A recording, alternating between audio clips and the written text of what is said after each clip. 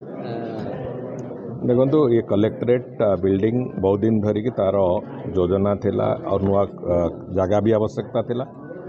एवं आम समस्तंकर मत जे जोटा ऑफिस जोठी काम करिवार गोटे वातावरण भी सेठी रहू से दृष्टिकोण सब दृष्टि को रखिकी खोर्धा जिलापालंकर नुआ ऑफिस जो नवीकरण प्रक्रिया एवं नुआ ऑफिस तैयारी जो प्रक्रिया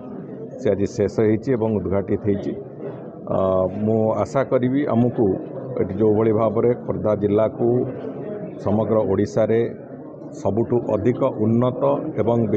विकसित जिला हिसाब से प्रतिफलित करवार जो प्रक्रिया जो लक्ष्य नहीं कि आम काम करवा आरंभ करूँ निश्चित भाव में ये कार्यालय एवं कार्यालयर परिवेश कार्यालयर परिसर आमको ये कथा को आगू को नवापाई निश्चित भाव में साहाय्यकारी हम एवं एठी लोकंकर समस्या को